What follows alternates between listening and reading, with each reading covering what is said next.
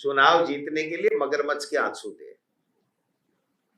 तमिलनाडु और पश्चिम बंगाल जीतने के लिए मगरमच्छ के आंसू से दिखाने के लिए थे, वरना तो कानून तो पारित हो गया था।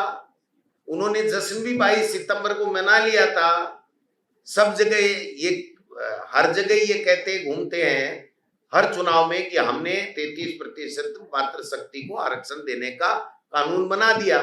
अब ये लोगों को पता नहीं था कि वो कानून बना करके उसका नोटिफिकेशन ही नहीं किया था। ये तो जब पता चला, जब लोगों ने, संविधान विशेषज्ञों ने कहा कि आप संशोधन किसका कर रहे हैं, 2023 नारी शक्ति वंदन अधिनियम का, तो वो तो गजन नोटिफाइड ही नहीं किया आपने, तो मरी हुई चीज का क्या संशोधन करोगे? जिंदा ही नहीं है, इसको जिंदा तो करो। तब रात को 11 बजे जिंदा किया गया और फिर संशोधन पेश किया गया। गिरना तय था, पता तय था, परिणाम का पता था, रोने का हमको भी पता था, देश को भी पता था। इस रोने धोने से, इस विलाप से कुछ भी नहीं हासिल होने वाला है। अब समय चला गया है, लोग समझ गए हैं वास्तविकता सच्चाई क्या है। अब न इनको पश्चिम बंगाल मिलेगा, न इनको तमिलनाडु मिलेगा, और न आने वाले समय में इनको देश मिलेगा। राजस्थान के मुख्यमंत्री भद्रन लाल जी महिलाओं को सम्मान करना नहीं जानते हैं, यानी कि जो डिप्टी सीएम है उन्हीं को उन्होंने मौका नहीं दिया। अब आप बताओ ना, आज तक उनके साथ बैठ करके कभी दिया हो तो बता दो।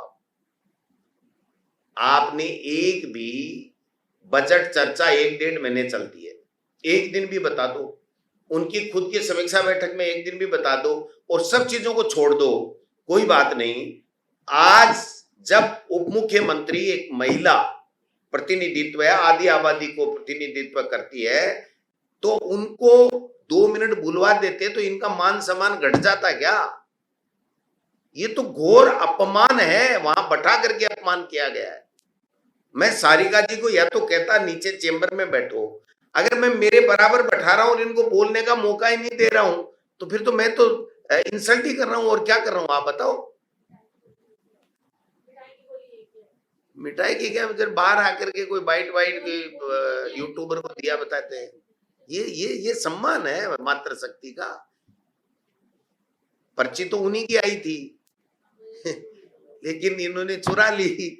अब वो मोदी जी का, उनका नड्डा जी का, अमित शाह जी का, इनका क्या था आपस का, कोई था, उसमें बाजी मार ली इन्होंने, कोई बात नहीं। लेकिन आज तो जब बैठा लिया तो उनसे 2 बात कहलवानी चाहिए थी कि वो उनके क्या विचार।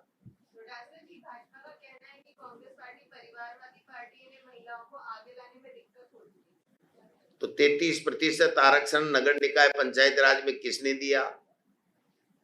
आप बताओ। अपने तो राजस्थान की बात है तो राजस्थान की बात कर लेते हैं। और देश के प्रधानमंत्री राहुल गांधी जी बन गए क्या? सोनिया जी बन गई क्या? प्रियंका जी बन गई क्या? आप बताओ। ऐसी बातें करते हैं क्या पूरे देश के अंदर? अरे इनमें नहीं है क्या परिवारवाद? अमित शाह जी के बेटे क्या कर रहे हैं, किस चीज के अंदर हैं?